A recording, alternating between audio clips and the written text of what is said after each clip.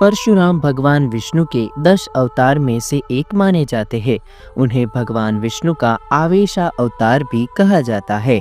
उनके पिता का नाम ऋषि जमदग्नि और माता का नाम रेणुका था। ऋषि जमदग्नि को भगवान परशुराम के अलावा 4 और पुत्र थे। वे चारों परशुराम से बड़े थे, लेकिन ज्ञान और शक्ति में परशुराम सबसे आगे थे। आखिर ऐसी क्या परिस्थिति उत्पन्न हो गई कि जिनके कारण परशुराम को अपनी ही माता को मारना पड़ा था, और उस मातृहत्या के पाप से परशुराम कैसे मुक्त हुए? आइए जानते हैं उस कथा के बारे में। एक बार ऋषि जमदग्नि यज्ञ कर रहे थे। उस यज्ञ के लिए जल लाने के लिए उनकी पत्नी रेणुका नदी तट पर गई।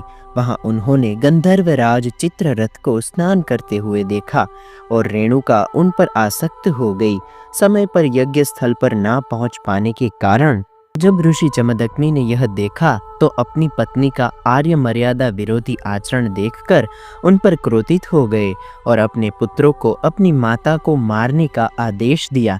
लेकिन माता पर अपने मोह के कारण किसी भी पुत्र ने पिता की आज्ञा का पालन नहीं किया। तब भगवान परशुराम ने अपने फरसे से अपनी ही माता का शिरच्छेद कर दिया।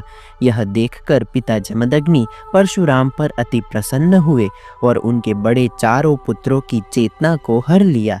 पितृ आज्ञा का इस प्रकार पालन करते देख ऋषि जमदग्नि ने परशुराम से 3 वर मांगने को कहे।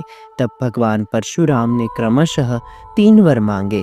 पहले वरदान में उन्होंने उनकी माता को वापस जीवित करने का वर मांगा। दूसरे वरदान में उन्होंने कहा कि मैंने मेरी माता की मृत्यु की है, वे उन्हें कभी स्मरण ना रहे। और तीसरे वर में उन्होंने चारों भाइयों की सोचने की चेतना पुनः प्राप्त हो जाए, यह मांगा। प्रसन्न हुए पिता जमदग्नि ने परशुराम को सारे वर दे दिए। वरदान के पश्चात माता तो जीवित हो गई, परंतु परशुराम पर लगा मातृहत्या का पाप दूर करने के लिए उन्होंने हाल राजस्थान के चित्तौड़ जिले में स्थित मातृकुंडिया में स्नान किया, जिसे मेवाड़ का हरिद्वार भी कहा जाता है।